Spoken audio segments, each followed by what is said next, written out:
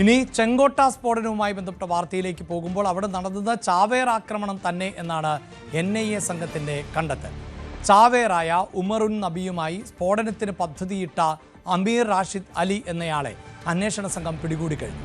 ഇയാൾ ജമ്മു സ്വദേശിയാണ്. കേസുമായി ബന്ധപ്പെട്ട് വിവിധ സംസ്ഥാനങ്ങളിൽ റെയ്ഡുകൾ തുടരുന്നുമുണ്ട്.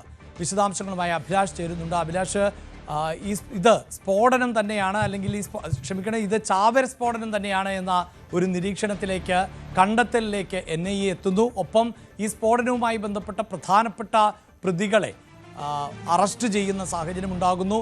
ഇതിൻ്റെ ഒരു ചുരുളഴിക്കാൻ കൃത്യമായി ദേശീയ അന്വേഷണ ഏജൻസിക്ക് സാധിക്കുമെന്ന് വേണമോ നമുക്ക് പ്രതീക്ഷിക്കാൻ?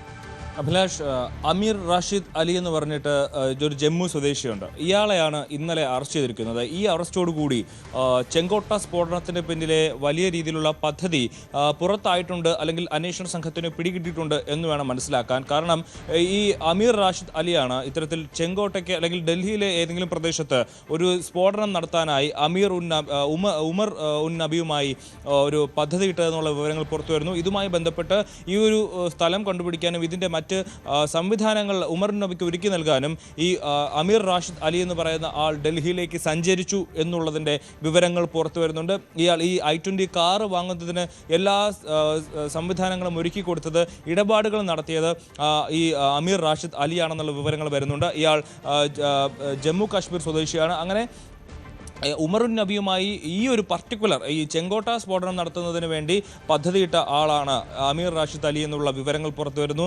അങ്ങനെ ചെങ്കോട്ട സ്ഫോടനവുമായി ബന്ധപ്പെട്ടുള്ള ഏറ്റവും പ്രധാനപ്പെട്ട 2 പേരെ NIA തിരിച്ചറിഞ്ഞിരിക്കുന്നു. അതിൽ ഒരാൾ കൊല്ലപ്പെട്ടു. ചാവേർ ആക്രമണത്തിൽ ഉമർ നബി കൊല്ലപ്പെട്ടു. അയാൾക്കൊപ്പം നിന്ന ആൾ അമീർ റാഷിദ് അലി ഇപ്പോൾ പിടിയിലായിരിക്കുന്നു.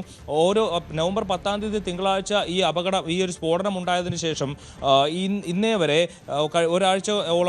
ഒരാഴ്ചയെ പിന്നിടുമ്പോൾ നിരവധി പേരെയാണ് അറസ്റ്റിലായിരിക്കുന്നത്. നിരവധി പേർ അറസ്റ്റിലായി എന്നുള്ള മാത്രമല്ല, നൂറുകണക്കിന് ആളുകൾ ഇപ്പോൾ അന്വേഷണ സംഘത്തിൻ്റെ നിരീക്ഷണത്തിലാണ് എന്നുള്ളതാണ് വിവരം. അതിൽ വിദ്യാർത്ഥികളുണ്ട്, ഡോക്ടർമാരുണ്ട്, അധ്യാപകരുണ്ട്, ഇമാമുകളുണ്ട്. അങ്ങനെ രാജ്യത്തെ വിവിധ നോർത്ത് ഇന്ത്യൻ സംസ്ഥാനങ്ങളിൽ വ്യാപിച്ചു കിടക്കുന്ന രീതിയിലുള്ള പരന്ന ഒരു അന്വേഷണം നടക്കുന്നു. അതിൽ മധ്യപ്രദേശ്, ഉത്തർപ്രദേശ്, ഹരിയാന, പഞ്ചാബ്, ഡൽഹി, ജമ്മു തുടങ്ങിയിട്ടുള്ള സംസ്ഥാനങ്ങളിൽ വലിയ രീതിയിൽ പോലീസിൻ്റെയും NIA സംഘത്തിൻ്റെയും റെയ്ഡ് നടക്കുന്നു. നിരവധി പേർ പിടിയിലാകുന്നു, നിരവധി പേർ നിരീക്ഷണത്തിലാകുന്നു. ഇതിൽ ഒരു ഈ അൽഫല യൂണിവേഴ്സിറ്റിയിലെ ഒരു നഴ്സിംഗ് ജീവനക്കാരിയുണ്ട്, ശോഭ ഖാൻ എന്ന് പറഞ്ഞിട്ട്. അവരാണ് ഈ ഉമറുൻ നബിക്ക് ഹരിയാനയിൽ താമസ സൗകര്യം ഒരുക്കി കൊടുത്തത്. അതിനു വേണ്ടിയിട്ടുള്ള പണം വരെ അവർ നൽകിയെന്നുള്ള വിവരങ്ങൾ പുറത്തു വരുന്നു. അങ്ങനെ അതുപോലെ ഹരിയാനയിലെ ഒരു പ്രിയങ്ക ശർമ്മ എന്ന് പറയുന്ന ഒരു യുവതി, അവർക്ക് ഈ സംഘവുമായി ബന്ധമുണ്ടോ എന്ന് NIA സംശയിക്കുന്നുണ്ട്. അങ്ങനെ ആളുകളുണ്ട്. മാത്രമല്ല, അസമിൽ നിന്ന് ഈ ഭീകരവാദികൾക്ക് പിന്തുണ നൽകിക്കൊണ്ട് ചിലർ സമൂഹ മാധ്യമങ്ങളിൽ കുറിപ്പുകൾ എഴുതുന്നുണ്ട്. അതിൽ 21 പേർ അസാമിൽ പിടിയിലായിട്ടുണ്ട്. അങ്ങനെ രാജ്യത്ത് വിവിധ ഇടങ്ങളിൽ പരന്നു കിടക്കുന്ന ഈ ഒരു ഭീകരവാദ പ്രവർത്തനമെന്നാണ് ഇപ്പോൾ തിരിച്ചറിയുന്നത്. ഈ ഒരു ചെങ്കോട്ട സ്ഫോടനത്തിന് പിന്നാലെ ദേശീയ അന്വേഷണ ഏജൻസിയിലൂടെ നമ്മൾ മാധ്യമങ്ങളും ജനങ്ങളും തിരിച്ചറിയുന്നത് രാജ്യത്ത് എമ്പാടുമായി പലയിടങ്ങളിൽ ഇത്തരത്തിൽ ഭീകരവാദ പ്രവർത്തനവുമായി ചേർന്ന് പ്രവർത്തിക്കുന്ന ആളുകൾ ഉണ്ട് എന്നുള്ളതാണ്. അതിലേറ്റവും ആശങ്ക ഉയർത്തുന്ന കാര്യം ഇവരിൽ ഭൂരിഭാഗം ആൾക്കാരും യുവാക്കളോ വിദ്യാർത്ഥികളോ ആണ് എന്നുള്ളതാണ് സങ്കടപ്പെടുത്തുന്ന, ആശങ്കപ്പെടുത്തുന്ന കാര്യം. എങ്ങനെയാണ് ഇവർ ഈ ഭീകരവാദ പ്രവർത്തനത്തിലേക്ക് വഴുതി വീഴുന്നത് എന്നുള്ള കാര്യത്തിൽ ഇപ്പോൾ അന്വേഷണം നടത്തേണ്ടതുണ്ട് എന്നുള്ളതാണ് ഏറ്റവും പ്രധാനപ്പെട്ടതായി ഇപ്പോൾ ഉയരുന്ന ആവശ്യം. കാരണം ഈ സമൂഹത്തിൽ ഡോക്ടർമാർ കഷ്ടപ്പെട്ട് പഠിച്ച് വലിയ രീതിയിൽ നല്ല രീതിയിൽ ബ്രൈറ്റ് സ്റ്റുഡൻസിനാണ് MBBS ഒക്കെ ചെയ്യാൻ കഴിയുക. അപ്പോൾ അത്തരത്തിലുള്ള ആളുകൾ എങ്ങനെ ഭീകരവാദ പ്രവർത്തനത്തിലേക്ക് പോകുന്നു എന്നുള്ളത് ആശങ്ക ഉയർത്തുന്ന ചോദ്യമാണ്. അതിനുള്ള ഉത്തരം കൂടി നമ്മുടെ അന്വേഷണ സംഘം കണ്ടെത്തേണ്ടി വരും എന്നുള്ളതാണ്.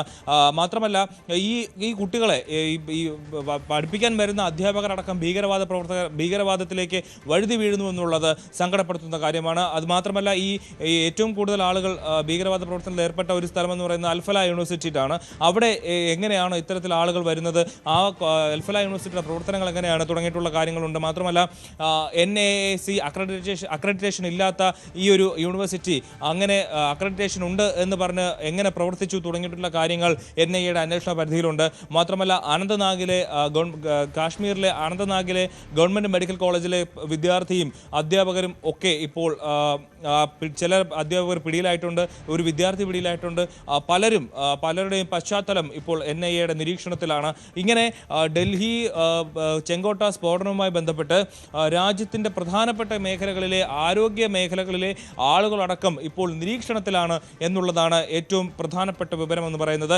ഇതിൽ നിരവധി അറസ്റ്റുകളും നടന്നുകൊണ്ടിരിക്കുന്നു. എന്തായാലും അഭിലാഷ് സൂചിപ്പിക്കുന്ന പോലെ വൈറ്റ് കോളർ ടെററിസം എന്നത് അങ്ങേയറ്റം ഭയാനകമാണ്. ഒരുപക്ഷെ വിദ്യാഭ്യാസം ഒക്കെ വർദ്ധിക്കുമ്പോൾ സ്വാഭാവികമായും ഈ രാജ്യവിരുദ്ധ പ്രവർത്തനങ്ങളിൽ നിന്ന് ആളുകൾ പിന്മാറുക തന്നെ ചെയ്യും എന്നതാണ് പൊതുവെ വിലയിരുത്തപ്പെടുന്ന ഒരു സാഹചര്യം. തീവ്രവാദ ശക്തികൾ പലപ്പോഴും പലരുടെയും ദാരിദ്ര്യത്തെയൊക്കെ അടക്കമാണ് മുതലെടുത്തിരുന്നത്. തീവ്രവാദ സംഘടനകളുടെ ഭാഗമാകുമ്പോൾ അവരുടെ കുടുംബത്തിനൊക്കെ ലക്ഷക്കണക്കിന് തുക നൽകുന്ന സാഹചര്യമൊക്കെയാണ് ഉണ്ടായിരുന്നത്. എങ്കിലിപ്പോൾ